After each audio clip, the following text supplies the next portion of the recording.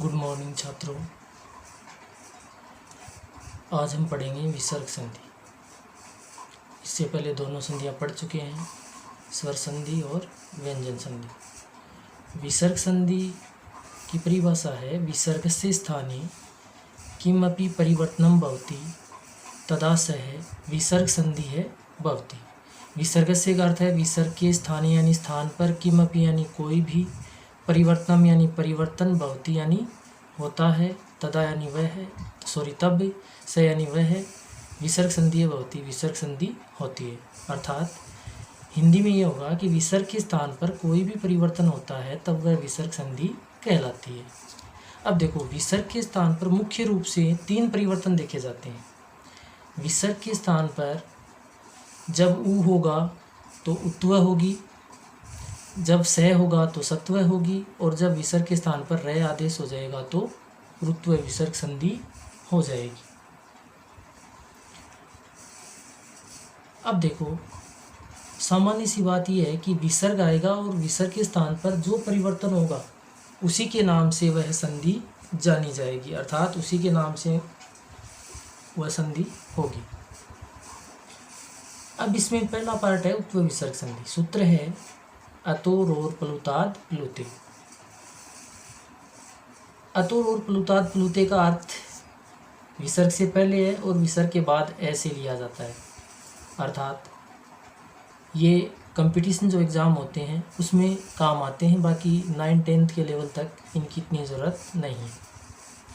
विसर्ग से पहले ए वर्ण आए तथा विसर्ग के सामने भी ए वर्ण आए तो विसर्ग से पहले ए का ऊ होगा तथा ऊ भी गुण संधि के नियम अनुसार ओ में बदल जाएगा।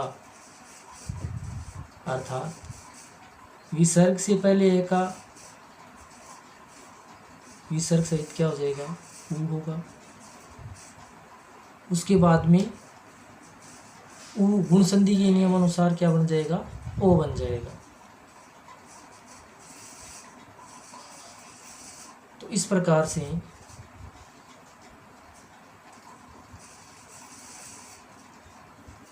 गुण संधि के नियमानुसार ओ में बदल जाएगा। विसर्ग के सामने वाले ए का अवग्रह है यानी ऐसा आकृति चिन्ह हो जाएगा। जैसे ट्रिक दिया है, विसर्ग से पहले ए प्लस आगे भी क्या है, ए, तो विसर्ग सहित ए का सीधा क्या हो गया, ओ हो गया। बाकी यदि नियम के अनुसार करेंगे तो पहले ए के आगे स आएगा, फिर से का विसर्ग, इस तरह से ऊ होगा और ऊ होकर के फिर ओ बनेगा। लेकिन सीधे तरीके से करते हैं तो विसर्ग सहित ए का ओ और सामने वाले ए का क्या हो जाएगा, अवग्रह हो जाएगा। जैसे उदाहरण है क है प्लस अपी, विसर्ग से पहले क में ए है तो ए को बाहर निकाल देंगे, क हलंत हो जाएगा। आगे है ए तो ए का अवग्रह चिन्ह होगा और विसर्ग सहित ए का ओ हो गया, क में ओ को मिला दिया, ए के स्थान पर अवग्रह हो गया तो रूप बन गया ओ अपी। इसी तरह से बालक है प्लस अयम हो गया, विसर्ग से पहले क में ए है तो ए को बाहर निकाल देंगे, सामने ए है तो विसर्ग सहित ए का क्या हो जाएगा, ओ हो जाएगा और सामने वाले ए का अवग्रह चिन्ह हो जाएगा तो रूप बन जाएगा बाल को अयम। इसी प्रकार से देव है प्लस ए कथियत, क्या रूप बनेगा, देवो ए कथियत। अब देखो, ये विसर्ग संधि का पहला पार्ट है, इसके 2 पार्ट हैं। तो इसकी जो शर्त है ये दिमाग में रखनी है कि विसर्ग से पहले ए आएगा और सामने भी आएगा तो पहले ए का विसर्ग सहित ओ और दूसरे ए का अवग्रह। बस सामान्य सी बात ही ध्यान रखनी है, बाकी ये जो लैंग्वेज है इसको इतना नहीं, बस ट्रिक याद रखो, ट्रिक से उदाहरण हल हो जाएंगे, ट्रिक लगाओ उदाहरण हल हो जाएंगे। तो विसर्ग से पहले ए होगा, सामने भी ए होगा तो पहले ए का विसर्ग सहित ओ और दूसरे का अवग्रह, ये लगाओ उदाहरण के अंदर। यदि लगता है तो उत्व संधि है, नहीं लगता तो नहीं। इसके बाद में बात करते हैं उत्व का जो सेकंड पार्ट है जिसका सूत्र है हसीच। सूत्र क्या है, हसीच। अब हसीच जो है इसका अर्थ ये है कि माहेश्वरी सूत्रों के अनुसार हस वर्ण होते हैं और हस वर्ण में प्रत्येक वर्ग का तीसरा, चौथा, पांचवा है ये वर्ण आते हैं। अर्थात क का तीसरा ग, इसी तरह से च का तीसरा जय, इसी तरह से चौथा, इसी तरह से पांचवा और साथ में है ये वह रेल है, ये वर्ण आएंगे। तो उनको बोलेंगे हस्व वर्ण। अब ये संधि कह रही है कि विसर्ग से पहले ए वर्ण आए तथा विसर्ग के सामने हस्व वर्ण आए, यानी हस का मतलब कोष्टक में जो दिया है ये हस्व वर्ण है कि कौन कौन से हस्व वर्ण है, तो ये हस्व वर्ण है आए तो विसर्ग सहित ए का ओ हो जाएगा। अब देखो अंतर वाली बात ही है दोनों में कि अंतर कैसे करेंगे। तो उसमें दोनों तरफ ए था और पहले ए के आगे विसर्ग था, लेकिन इसमें पहले ए के आगे विसर्ग है और सामने हस्व वर्ण है, तो ये दोनों का अंतर होगा सामने वाले वर्ण से।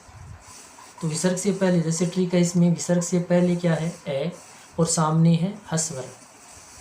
हस में प्रत्येक वर्ग का तीसरा चौथा पांचवा है ये वर्ण है, ये वर्ण आएंगे तो विसर्ग सहित ए का क्या हो जाएगा, ओ हो जाएगा। जैसे उदाहरण है ये सह प्लस दा, सह के आगे विसर्ग है और उसके बाद में द कौन सा वर्ण है, तीसरा तय थ तय हस में आता है, तो सह में से ए को निकाल दिया, विसर्ग है आगे द है तो विसर्ग से तय का ओ हो गया, ओ को पुनः सह में मिला दिया तो क्या बन गया, ओ बन गया और रूप क्या बन गया, ये सोदा। इसी तरह से शीण है प्लस भवती, अणय में से ए को निकाल दिया तो अणय हलंत हो गया, विसर्ग सहित ए जो है इसका ओ बन गया, आगे भय कौन सा है, आगे की शर्त जरूर ध्यान रखनी है, भय चौथा वर्ण है तो शीणो भवती हो गया। इसी तरह से नम है प्लस नमय, नमो नमय हो गया। इसी प्रकार से मन है प्लस हरय, मनोहरय हो गया। इसी प्रकार से बाल है प्लस याति, बालो याति हो गया। इसी प्रकार से देव है प्लस वंदे, देवो वंदे हो गया। इसी प्रकार श्याम है प्लस लिखती, श्यामो लिखती हो गया। इसी प्रकार बाल है प्लस रोती, बालो रोती हो गया। अब देखो आगे जो वर्ण है सभी में वो हस वर्ण है, जैसे मन है प्लस हर है हस वर्ण में आ रहा है, ये हस वर्ण में आ रहा है, वह हस में आ रहा है, लय हस में आ रहा है, ठीक है, रय हस में आ रहा है और विसर्ग से पहले सभी में क्या है, ए है। तो इस ट्रिक के अनुसार इन सभी उदाहरणों में ये नियम लग जाएगा। अब देखो विच्छेद करेंगे तो विच्छेद का भी तरीका है कि ओ दो ही जगह बनता है, एक तो गुण में बनेगा और एक उत्वय विसर्ग में बनेगा। तो गुण में बनता है तो दोनों तरफ क्या होते हैं, स्वर वर्ण होते हैं, जबकि इसमें सामने क्या मिलेगा, व्यंजन वर्ण मिलेगा। और उस गुण के अंदर क्या होगा, ए के सामने ऊ होता है तो ओ बनता है, जबकि इसमें ऊ तो आएगा ही नहीं, किसी पार्ट में नहीं आएगा। इसलिए विच्छेद करेंगे तो ओ को हटाएंगे, ओ को हटा करके ओ की जगह क्या रख देंगे, विसर्ग सहित ए रख देंगे, ठीक है। और उस ए को किस में मिला देंगे, जो नए हलंत है उसमें मिला देंगे, तो मन है प्लस क्या हो जाएगा, हर है हो जाएगा। इसी प्रकार से श्यामो लिखती है, इसका विच्छेद भी इसी तरह से होगा, यानी ओ को हटा देंगे तो मैं बचेगा, ठीक है। अब मैं क्या आगे लगा देंगे, विसर्ग, यानी एक तो ये तरीका है कि ओ को हटाओ और जो भी वर्ण है जहाँ भी ओ लगा हुआ है उसके आगे क्या लगा दो, विसर्ग लगा दो और बीच में प्लस का चिन्ह, यही सही रहेगा। यानी ओ को हटाओ और उसको विसर्ग लगा दो। तो इस प्रकार से ये उत्व का दूसरा पार्ट है। शायद सबके समझ में आ गया होगा। एक दो बार इनको देखोगे, ट्रिक के अनुसार पढ़ोगे तो आराम से समझ में आ जाएगा, क्योंकि मैंने ये ट्रिक इसी तरह से बनाई है कि ताकि बच्चों की अच्छी तरह से समझ में आ जाए। तो पढ़ना है इसको अच्छी तरह से और पढ़ करके खुद भी उदाहरण हल करने हैं। इस ट्रिक के अनुसार और भी आपको उदाहरण हल करने हैं। और चैनल को ज़्यादा से ज़्यादा सब्सक्राइब करना है और घंटी का जो बटन है वो दबाना है। धन्यवाद।